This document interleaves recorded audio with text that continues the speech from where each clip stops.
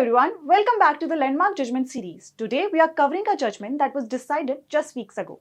On 11th March 2026, it is called Harish Rana versus Union of India. This is a 286-page judgment of Supreme Court of India. I have read every single page of it so that you don't have to.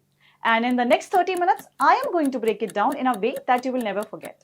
Now, let me ask you something before we begin. Imagine a person completely unable to move, unable to speak, unable to feel. Doctors have confirmed there is no hope of recovery. That person is being kept alive by a machine. The question is, should that machine run forever?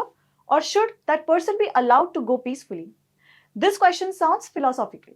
But for your CLAT exam, it is one of the most important legal questions you will ever study. Because this question sits right at the heart of Article 21 of the Constitution of India, the right to life. And the Supreme Court in this case gave a landmark answer. The right to live with dignity includes the right to die with dignity. So let us go. First, the story, then the law, and then your CLAT preparation. Let us begin. The year was 2030. There was a young man named Harish Rana. He was from Delhi. He was 20 years old studying B.Tech at Punjab University. A normal, ordinary young man with his whole life ahead of him. Dreams, ambitions, a family that loved him. You know the kind, just like many of you sitting and watching this right now. Then on the evening of 20th of August 2013, something terrible happened. Harish fell from the 4th floor of his paying guest accommodation. He was rushed to the nearest hospital. The doctors examined him and found he had suffered a diffuse axonal injury, which means the nerve fibers inside his brain were torn apart across multiple regions.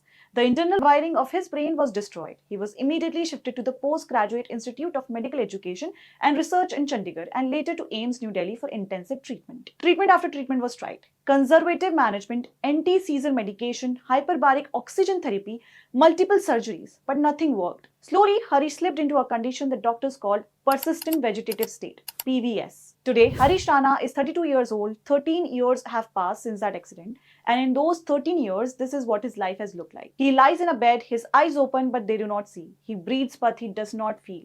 You call his name, he does not respond. You touch him, there is no reaction. You apply painful pressure, there is no grimace, no expression, nothing.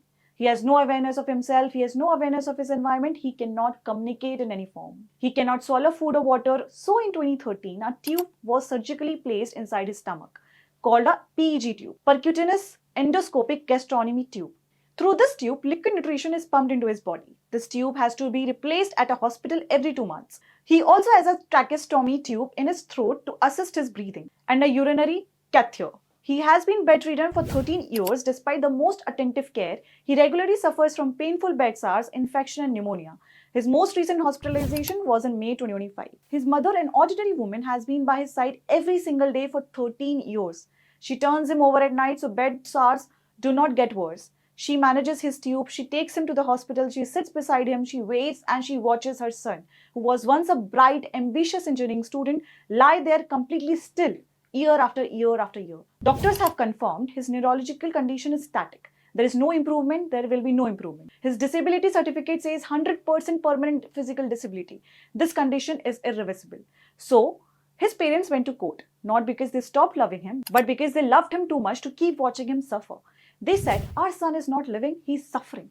Please allow him to go in peace. Please let him die with dignity. They went to the Delhi High Court. The High Court said he is not being kept alive mechanically. There is no need for judicial intervention. His parents appealed to the Supreme Court. The Supreme Court in 2024 directed the government to provide him care at home. But they also gave the parents liberty to come back if needed. And the parents came back because Harish kept suffering. And this time in 2026, the Supreme Court listened. Concept 1. What is euthanasia? The word euthanasia comes from Greek. Eu means God and thanatos means death. So euthanasia literally means a good death, allowing someone to die peacefully to end their suffering. It is also called mercy killing. Now, the law divides euthanasia into 2 types and both are tested in CLAT. You must know them cold. Type 1, active euthanasia. This means doing something that directly causes death. For example, giving a lethal injection, administering a drug that kills the patient. You are actively causing death. This is illegal in India. It remains illegal even after his 2026 judgment. Active euthanasia is not permitted under any Indian law. Type 2 is passive euthanasia. This means withdrawing or withholding medical treatment that is artificially keeping a person alive. You are not doing something to cause death. You are stopping something that was preventing natural death. For example, removing a ventilator from a patient who has no brain activity, or as in Harish case, removing a feeding tube. This is legal in India, but only under strict conditions with medical board approval and judicial oversight. The simplest way to remember this: active euthanasia is doing something to kill.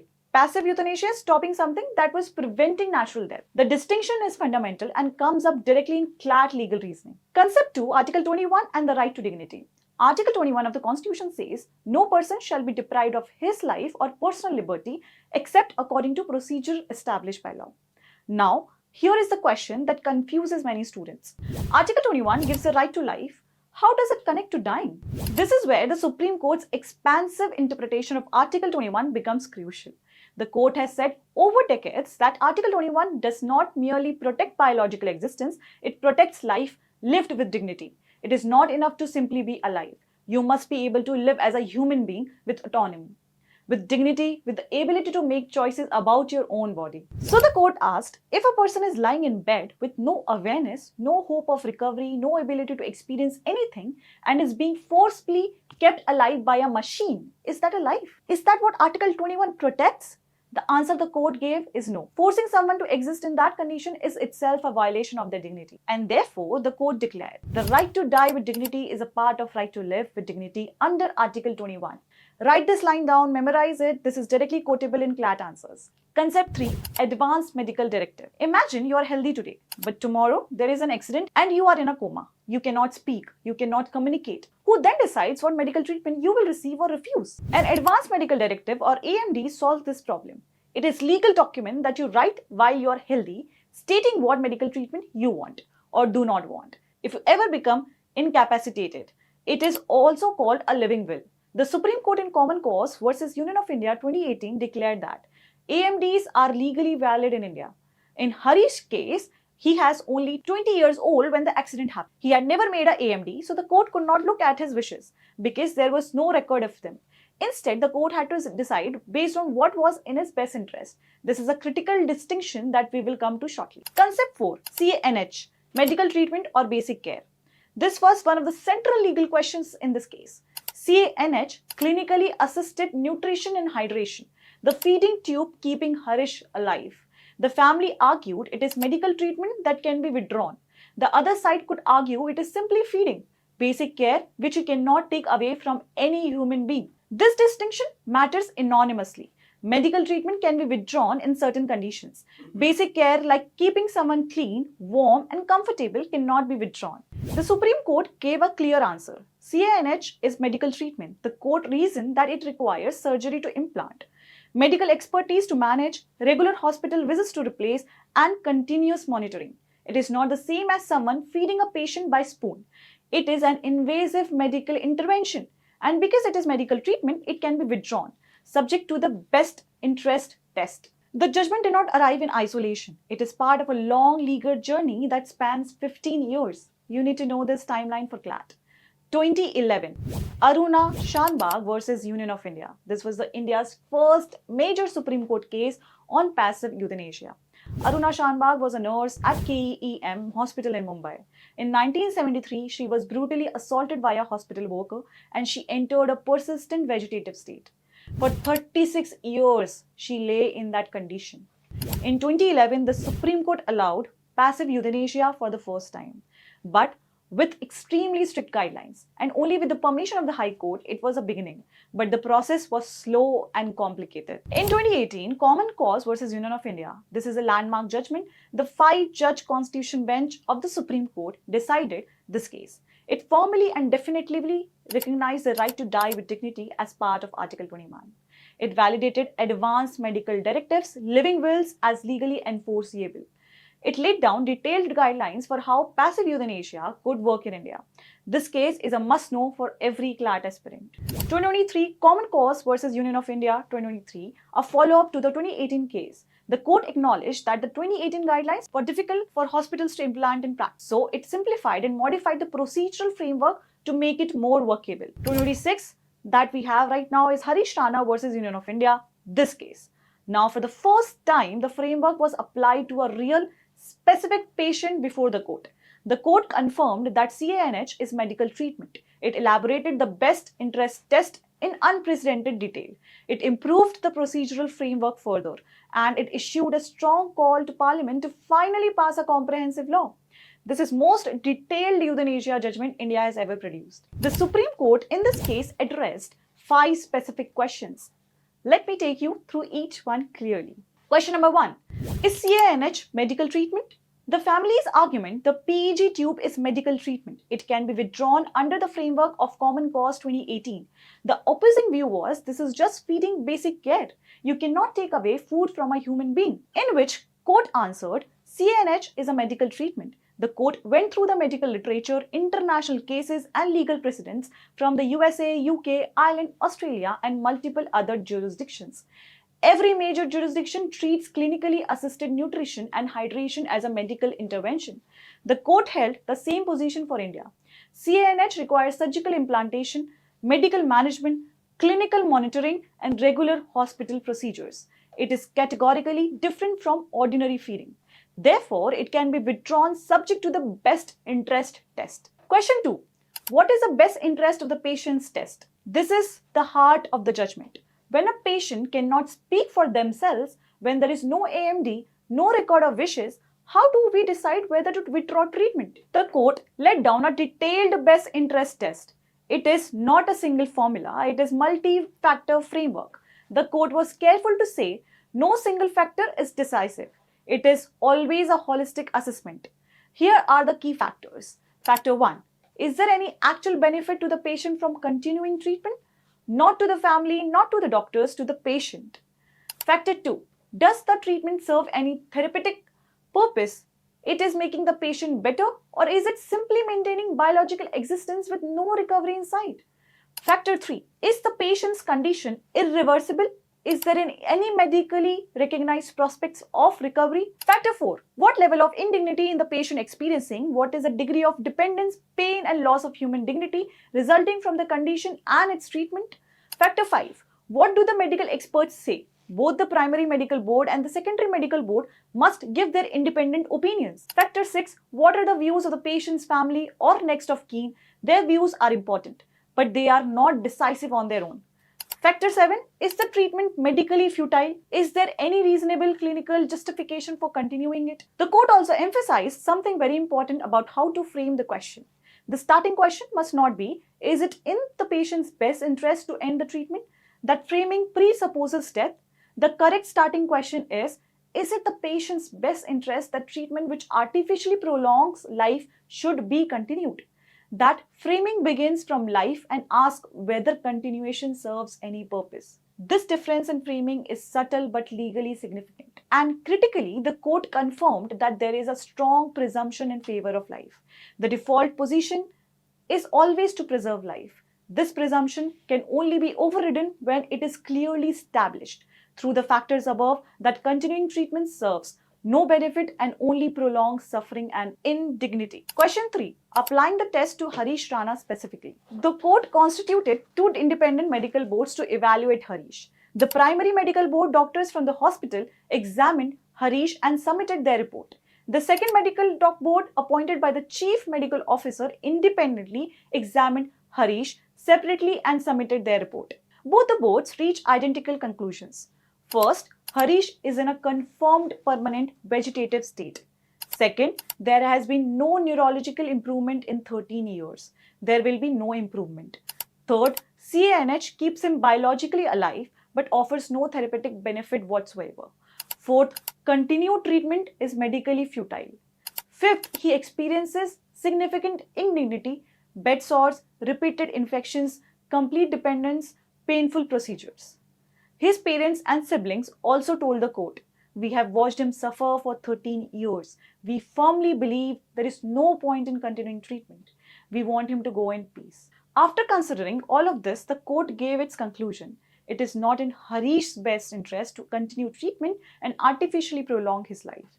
The court authorized the withdrawal of CANH. This was not a casual decision. It was supported by 13 years of medical history, 2 independent medical boards, and a detailed legal framework. Question 4. What is the process, step by step? The court refined the procedural framework from 2018 to make it more practical. Here is how the process works. Step 1. The family or treating doctor applies to the hospital's primary medical board, a committee of doctors at the treating hospital. They evaluate whether withdrawal is in the patient's best interest. Step 2. If the primary medical board agrees, the case goes to the secondary medical board, appointed independently by the chief medical officer. This provides a completely separate and independent opinion. It is a crucial safeguard against misuse. Step 3. If both boards agree that withdrawal is in the patient's best interest, a reconsideration period is given. The family has time to reflect and can change their mind if they wish. Step 4. After the reconsideration period, treatment can be withdrawn, but palliative care continues, meaning pain management and comfort care go on. The patient is not abandoned, they are kept comfortable. Step 5. At any stage, any person can approach the court if they object. Judicial oversight is always available. This is a key safeguard. The court also noted that for patients being treated at home, not in hospitals, special provisions are needed because the primary medical board mechanism does not naturally apply. The court gave directions to bridge this procedural gap. Question number 5. What did the court say to Parliament? This part of the judgment is equally important and often overlooked by students. The court issued a very strong direction to Parliament. The court traced the legislative history. In 1996, the Law Commission of India submitted its 196th report recommending a law on passive euthanasia. In 2012, it submitted the 241st report with similar recommendations. In 2018, the Constitution Bench in Common Cause again urged Parliament to legislate. In 2024, the government finally released a draft set of guidance. But it was still not a comprehensive statute. The court said, this is not acceptable. Courts have been filling the gap through judicial pronouncements for 15 years. Doctors face uncertainty because there is no clear statutory law. Hospitals struggle to implement guidelines that exist only through court orders. Patients and families suffer because the process is unclear and inaccessible. Parliament has had decades to act and has not acted. The court's message was unambiguous. Parliament must enact a comprehensive statutory framework on passive euthanasia and end-of-life care without further delay. This direction to the legislature is itself historically significant. Before we move to the CLAT prep, I want to share something that I think every law student should hear. At the very end of this judgment, Justice K.V. Viswanathan wrote a postscript. He did not write about legal doctrines, he wrote about Harish's parent. He wrote about how for over 12 years, these parents, two ordinary human beings, had left no stone unturned in caring for their son. How they had tried every treatment, how they had sat by his bedside through every hospitalization, every infection, every painful procedure, and how finally, when it became clear there was no return, they came to court, and to abandon their son, but to free him from what he was enduring. Justice Viswanathan then quoted an ancient Sanskrit verses. Chitta chinta, dyor madhay chinta, tatra garyasi. Chitta dahati, nirjivam, chinta dahati, savijvakam. The translation between the funeral pyre and mental anguish, it is a mental anguish that is a greater burden. The funeral pyre burns only the dead, but mental anguish burns the living. The judge said, once this order is implemented, the distress that these parents experience watching their son suffer, that will at least be over. Their anguish, which has burned them alive for 13 years, will end. This is what the law is actually for, not just rules and doctrines, but to reach into the deepest human sufferings and provide relief. This is what this judgment does, and that is why it is a landmark. Let us deep dive now in the exam preparation. Let us know what is actually essential for you to memorize. The case name is Harish Rana versus Union of India, citation 2026, INSC 222, date decided 11th March 2026, Court, Supreme Court of India, Judges Justice J.B. Padiwala and Justice K.V. Viswanathan. Articles involved were Article 21, right to life and personal liberty. Core principle, right to die with dignity, is a part of Article 21. Active euthanasia, illegal in India. Passive euthanasia, legal India with safeguards. AMD, Advanced Medical Directive. Living will, legally valid since Common Cause 2018. CANH, clinically assisted nutrition and hydration, held to be medical treatment in this case. PVS, persistent vegetative state. Patient has sleep-wake cycles but zero awareness or voluntary response. Key prior cases are Common Cause versus Union of India 2018, 5-judge Constitution Bench, First case, Aruna Shanbag versus Union of India 2011. I really hope you liked this video. For more such videos, subscribe the channel now. And that is the story of Harish Rana, a 20-year-old engineering student who fell from building in 2013 and whose parents fought in court for over a decade. Not to keep him, but to give him peace. This judgment is important for your CLAT preparation for several reasons.